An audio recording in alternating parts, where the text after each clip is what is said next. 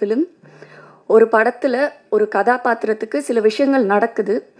அந்த சிச்சுவேஷனில் அவங்க எப்படி ஹேண்டில் பண்ணுறாங்க, அதை கடந்து எப்படி போகிறாங்கன்றது தான் படம். அது பெண்ணாகவும் இருக்கலாம், ஆணாகவும் இருக்கலாம் நம்ம நிஜ வாழ்க்கையில். ஸோ இது மேல் சென்ட்ரிக்குன்னு சொல்ல மாட்டோம். அதே மாதிரி இது உமன் சென்ட்ரிக்குன்றது கேட்டகரைஸ் பண்ண வேண்டாம். It is a film protagonist female அப்படின்னு தான் நான் பார்க்குறேன். ரொம்ப பிடிச்ச விஷயம், நான் ரொம்ப எக்ஸைட்டான விஷயம் நான் ஒரு கேப் டிரைவர். எனக்கு டிரைவிங் ரொம்ப ரொம்ப பிடிக்கும். If not for an actor, maybe நான் ஒரு ரேசராக இருக்கலாம். நடுவில் அதை வேற நான் எங்கள் அப்பா கிட்ட சொன்னேன், அப்பா எனக்கு ரேசிங் ட்ரை பண்ணணுன்னெல்லாம். ஏன்னா எனக்கு ரொம்ப பிடிச்ச விஷயம் டிரைவிங். ஸோ இந்த படத்தில் 2 கேமரா வச்சு ஆல்மோஸ்ட் ஃபுல் ஃப்ரண்ட் கவர் ஆகிடும். எதுவுமே தெரியாது, ரோடு தெரியாது. ஆனாலும் நாங்கள் ரோடில் அப்படி ஷூட் பண்ணோம். நான் ரொம்பவே என்ஜாய் பண்ணேன்.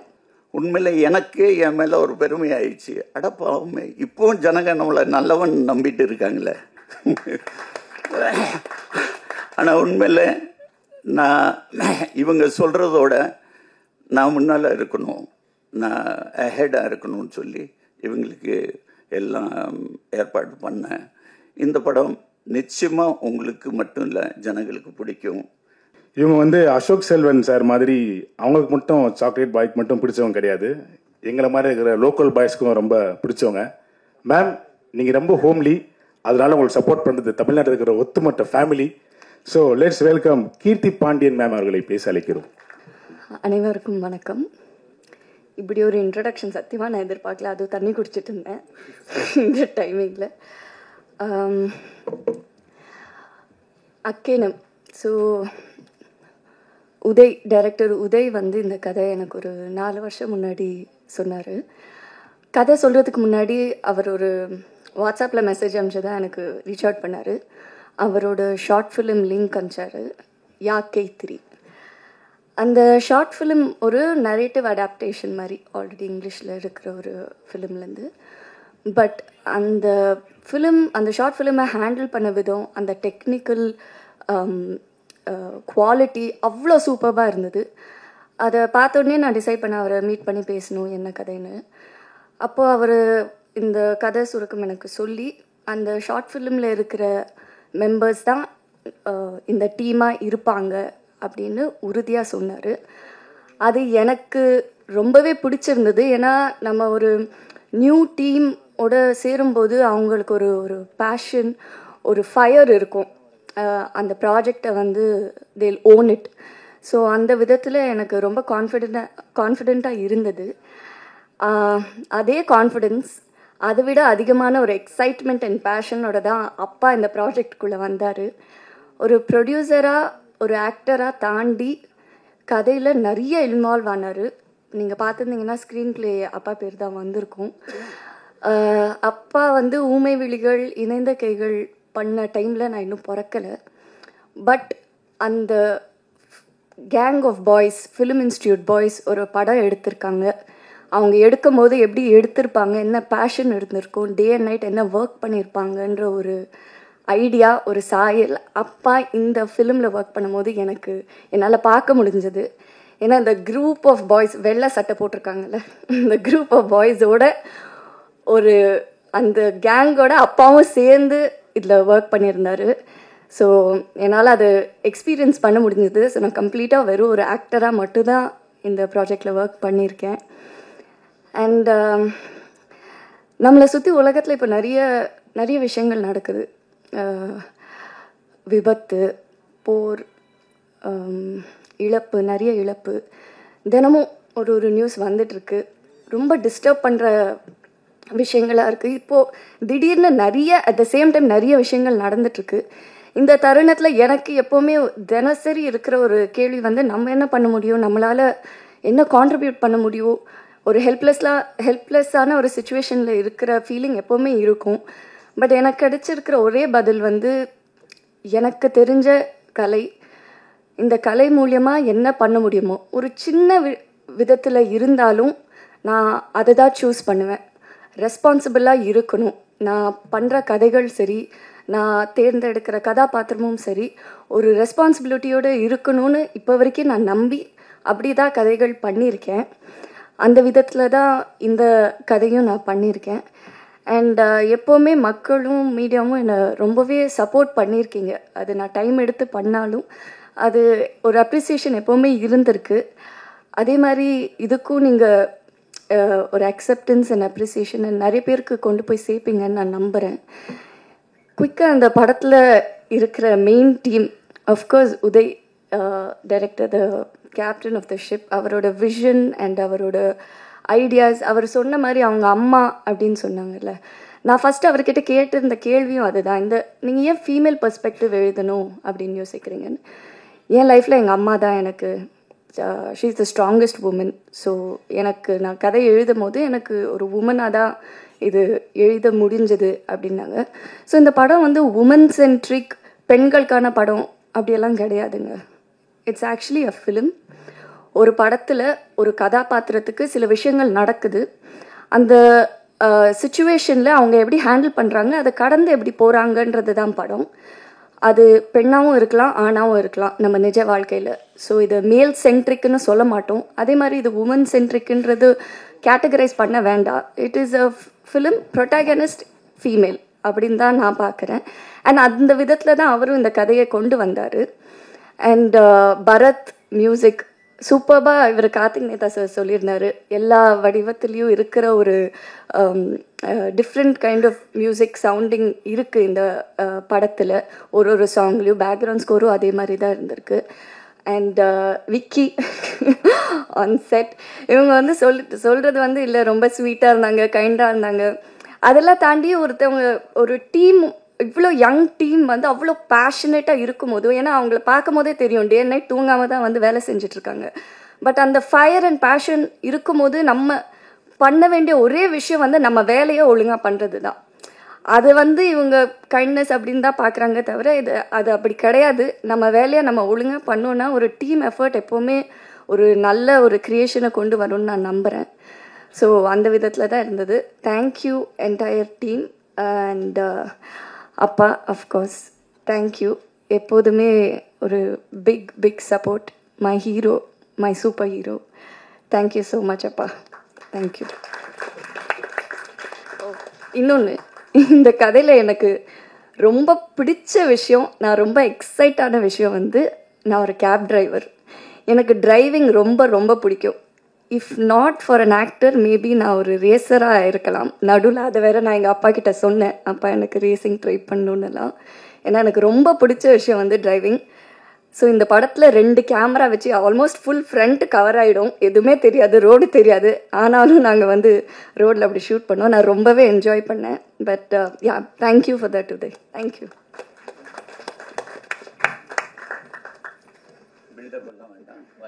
இல்லை சார், ஒரு விஷயம் சொல்லணும், சொல்லிட்டுமா? மேம் கேப் டிரைவர் அப்படின்னு சொன்னாங்க. மேம் உங்களை பார்த்து எல்லா உமன்ஸும் இப்போ மோட்டிவேஷனாக கேப் டிரைவர் வர்றதுக்காக வாழ்த்துக்கள் மேம். அண்ட் என்ன ஒன்றுனா, உங்களை மாதிரி ஆளுங்கன்னா கேப் டிரைவர் வந்துட்டா எங்களை மாதிரி பசங்க 24 hours கேபில் தான் மேடம் இருப்போம். ஸோ அதையும் யோசிக்கணும். So let's welcome Arun Pandian sir. வாங்க சார். சார்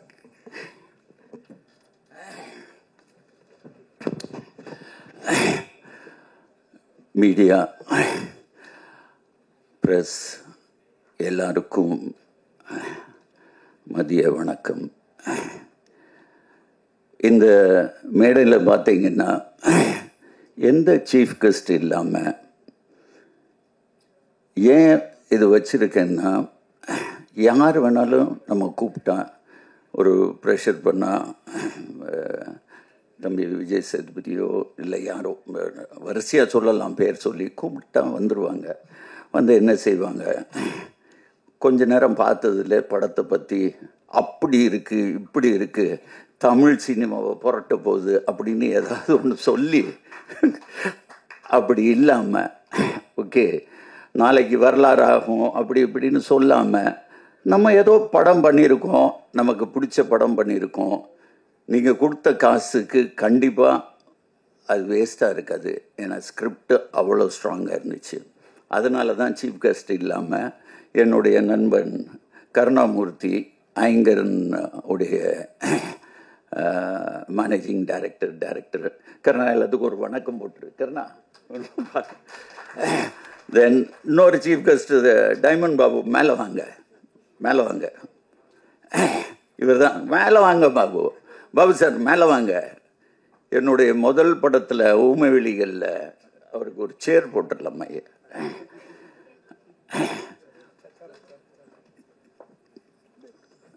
பிஆர்ஓ இன்ட்ரடியூஸ் ஆனது. இவரை பற்றி சொல்லணும்னா, ஒரு வாட்டி ஷூட்டிங்கில் ரஜினி சார் ஷூட்டிங் நடந்துட்டு இருக்கு. பிரபு இருந்தார், பிரபுண்ணா இருந்தாங்க. எல்லாம் இருக்கும்போது நாங்கள் போனோன்னே ஹீரோ ஹீரோ ஹீரோ இங்கே வாங்க அப்படின்னாரு. பாபு சார் பின்னால் 2 பேர் நிற்கிறாங்க, யார் என்ன நினச்சா என்ன அப்படின்னு சொன்னவர் தான். என்ன பாபு கரெக்டா இல்லையா?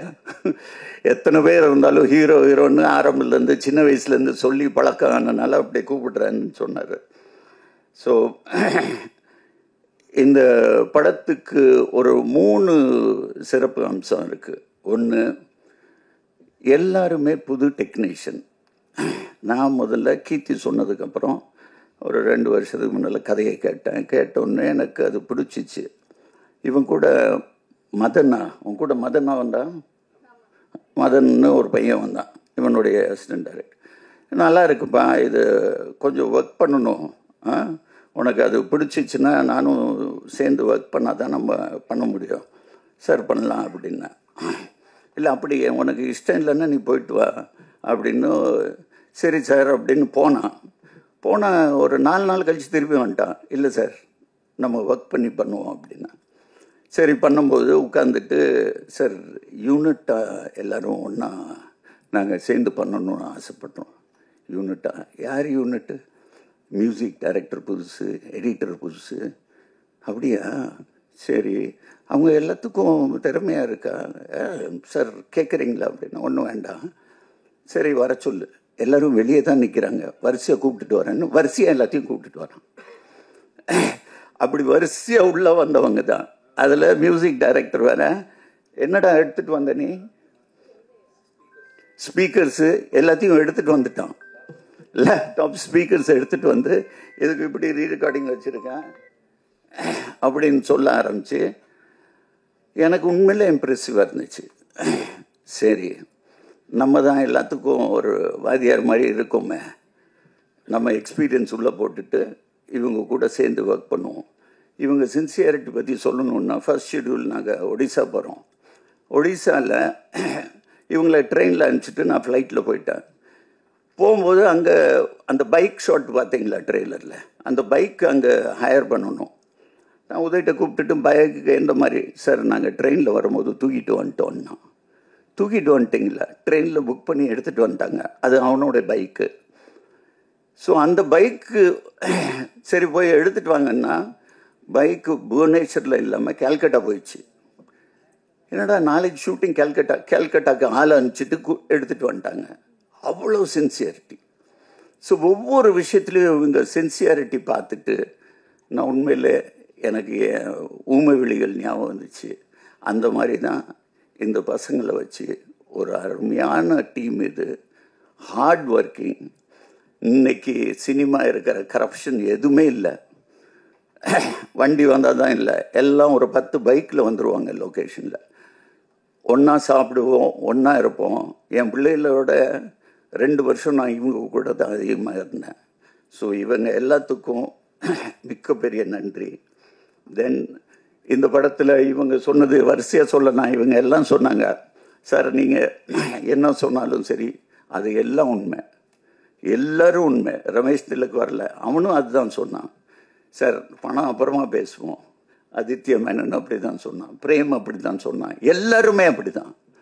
உண்மையில் எனக்கே என் மேலே ஒரு பெருமை ஆயிடுச்சு. அடப்பாவுமே இப்போவும் ஜனங்க நம்மளை நல்லவன் நம்பிட்டு இருக்காங்களே. ஆனால் உண்மையில் நான் இவங்க சொல்கிறதோட நான் முன்னால் இருக்கணும், நான் அஹெடாக இருக்கணும்னு சொல்லி இவங்களுக்கு எல்லாம் ஏற்பாடு பண்ணேன். இந்த படம் நிச்சயமாக உங்களுக்கு மட்டும் இல்லை, ஜனங்களுக்கு பிடிக்கும். இதுக்கு மேலே நான் இன்னும் 2 பேரை நான் மென்ஷன் பண்ணோம். என்னுடைய நண்பன் இணைந்த கைகளில் ஊமை வெளிகளில் பண்ண செல்வகுமார், அவரை நான் இந்த படத்தில் ஒரு கேமரா சூப்பர்விஷன் மாதிரி பண்ண வச்சேன். தென் வேலுமணி, எனக்கு டயலாக் ரைட்டர், இந்த படத்துக்கு ஒரு புது டயலாக் ரைட்டர் சரவணகுமார், அவர் வரல. அவங்க one of the co producer also, Saravanakumar and AK சேகர்னு. வேலுமணி ஒரு பெரிய ரைட்டர், அவர் தவறிட்டார். இந்த நேரத்தில் அவரையும் மனசில் வச்சுக்கிட்டு கண்டிப்பாக எங்கே இருந்தாலும் இந்த படத்துக்கு வெற்றிக்கு அவருடைய ஒரு ஒரு கான்ட்ரிபியூஷன் கூட இருந்திருக்கு. உங்கள் எல்லாத்துக்கும் அதிகமாக நேரம் ஆயிட்டு இருக்கு. மீண்டும் சொல்லுகிறேன், இது ஒரு தரமான படம், நிச்சயமாக மக்கள்கிட்ட போய் சேரும். நன்றி, வணக்கம். ஏதாவது பேசுகிறேன். நான் ஃபஸ்ட்டு சாரோட ஆஃபீஸ் போயிருந்தப்போ வந்து பார்த்தீங்கன்னா எல்லாமே வந்து அறிமுகம் அப்படின்னு சொன்னாங்க, எல்லாமே புதுமுகம் அப்படின்னாங்க. நான் கூட இவரை பார்த்துட்டு நினச்சேன் இவனும் அறிமுகம் ஹீரோ அப்படின்னு. அதுக்கப்புறம் தான் பேச தெரிஞ்சு இவர் தான் டேரக்டர் அப்படின்னு. அறிமுக டேரக்டர் உதய் அவர்களை மேடைக்கு அழைக்கிறோம். வாங்க சார்.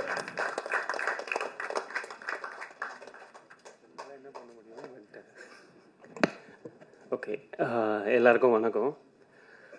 எனக்கு பரத்தை விட இன்னும் ரொம்ப நர்வஸாக இருக்குது. பட் என்னால் என்ன பேச முடியுதுன்னு பார்க்குறேன். ஸோ ஃபஸ்ட்டு நன்றி என் அம்மாவுக்கு தான் சொல்லணும். அவங்க இல்லைன்னா நான் இங்கே இல்லை. ஸோ இந்த படத்தில் இருக்க ஃபீமேல் கேரக்டராக இருக்கட்டும், இதுக்கப்புறம் நான் பண்ண போகிற எந்த படத்தில் எந்த ஃபீமேல் கேரக்டர் ஸ்ட்ராங்காக இருந்தாலும் அதுக்கு காரணம் நான் கிடையாது, எங்கள் அம்மா தான். ஸோ அம்மாவுக்கு அடுத்து நான் நன்றி சொல்ல வேண்டிய முக்கியமான ஆள் வந்து அருண் பாண்டியன் சார். அவர் எனக்கு வாய்ப்பு கொடுத்தது பெரிய விஷயமானு எனக்கு தெரியல.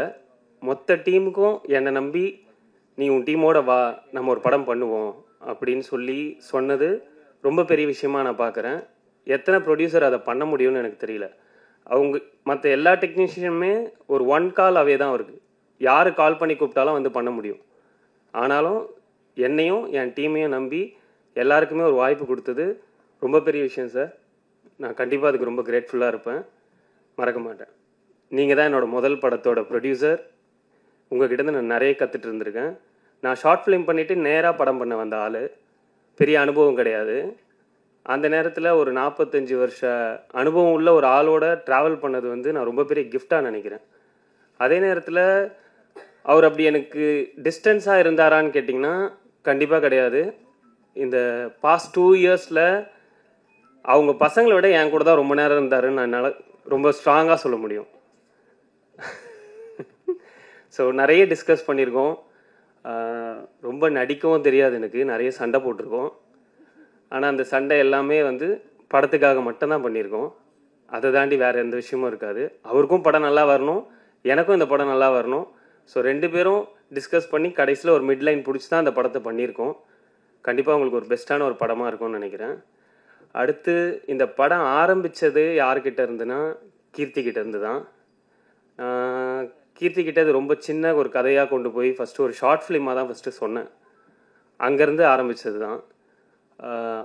அப்பத்துலேருந்தே முதல்லேருந்தே இந்த கதையில் இருந்த ஒரு முக்கியமான கேரக்டர் தான் அந்த இந்திரான்ற ஒரு கேரக்டர் தான். என்னால் ரொம்ப ஸ்ட்ராங்காக சொல்ல முடியும். நான் கீர்த்தியை என்ன நினச்சி போய் இந்திரா கேரக்டர் சொன்னனோ அந்த இந்திராவாக தான் அவங்க இந்த கேரக்டராக தான் இந்த படத்தில் வாழ்ந்துருக்காங்க. அதுக்கு ரொம்ப தேங்க்ஸ். ஸோ கண்டிப்பாக உங்கள் எல்லாருக்குமே அந்த இந்திரா கேரக்டர் உங்கள் மனசில் நிற்கும். நெக்ஸ்ட்டு அடுத்து ஆர்டிஸ்டாக பார்த்தீங்கன்னா பிரவீன் ராஜா, ஆதித்யா, உங்கள் எல்லாருக்குமே ரொம்ப நன்றி. நான் ஒரு ஃபஸ்ட் டைம் டைரக்டராக இருந்தாலும் என்னால் என்ன கன்வே பண்ண முடியுதோ அதை கன்வே பண்ணி முடிஞ்ச அளவுக்கு அவங்க கிட்டேருந்து நல்ல பர்ஃபார்மன்ஸ் ரெண்டர் பண்ணியிருக்கேன். மற்ற ஆக்டர்ஸ் எல்லாருக்குமே நான் ஓவராலாக சேர்த்து தேங்க்ஸ் சொல்லிக்கிறேன். என்னால் தனித்தனியாக சொன்னால் டைம் ஆகும். ஸோ இதை விட ரொம்ப முக்கியம் என்னோடய டைரக்ஷன் டீம்.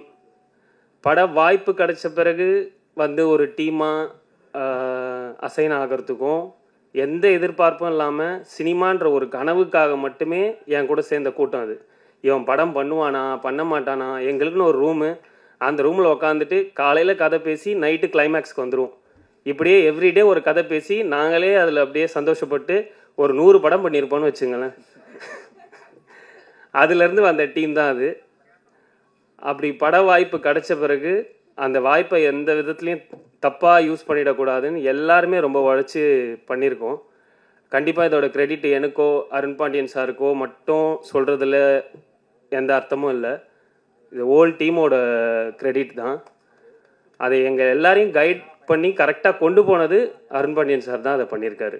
அவரோட கைடன்ஸ்னால தான் எங்களால் இந்த படத்தை ஒரு பட்ஜெட்லேயும் எல்லாமே நல்லபடியாக பண்ண முடிஞ்சுது. தென் என்னோடய மியூசிக் டைரக்டர் பரத், நானும் அவனும் ஃபார்மலாக பேசினதே இல்லை. ஸோ பரத் என்னோடய ஷார்ட் ஃபிலிம்க்கு மியூசிக் பண்ண ஆள். அவர் யாருனே தெரியாது. அவரோட ஒரு 30 செகண்ட்ஸ் டீசர் ஒன்று பார்த்தேன். அந்த மியூசிக்கோட சவுண்ட் ரொம்ப ஃப்ரெஷ்ஷாக இருந்தது. அதுக்கப்புறம் என் ஷார்ட் ஃபிலிம்க்கு அப்ரோச் பண்ணி என் ஷார்ட் ஃபிலிம் பண்ணதுக்கப்புறம் கண்டிப்பாக என் படத்துக்கும் பரத் தான் பண்ணணும்னு நான் ரொம்ப ஸ்ட்ராங்காக பிலீவ் பண்ணேன். எல்லோரும் நிறைய பேர் சொன்னாங்க, பரத்தை அப்ரிஷியேட் பண்ணாங்க. எனக்கு ஆக்சுவலாக பரத்தை அப்ரிஷியேட் பண்ணது எனக்கு ரொம்ப சந்தோஷம். என்னை அப்ரிஷியேட் பண்ண மாதிரி இருந்துச்சு. கண்டிப்பாக பரத் இன்னும் நிறைய படங்கள் பண்ணணும். அவனோட பொட்டென்ஷியல் இன்னும் நிறைய அவனால் பண்ண முடியும் அப்படின்னு நான் நம்புகிறேன். அடுத்தடுத்து நம்ம சேர்ந்து நிறைய படங்கள் பண்ணணும், அதுதான் என்னோட எதிர்பார்ப்பு. நெக்ஸ்ட்டு என்னோட cinematographer Vicky. Long time friendship.